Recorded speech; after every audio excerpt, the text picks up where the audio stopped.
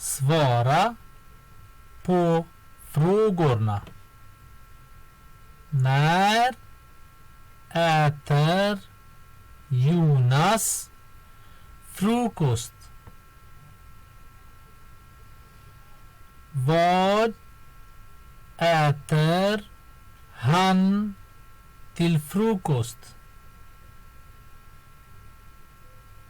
Vad dricker han till frukost?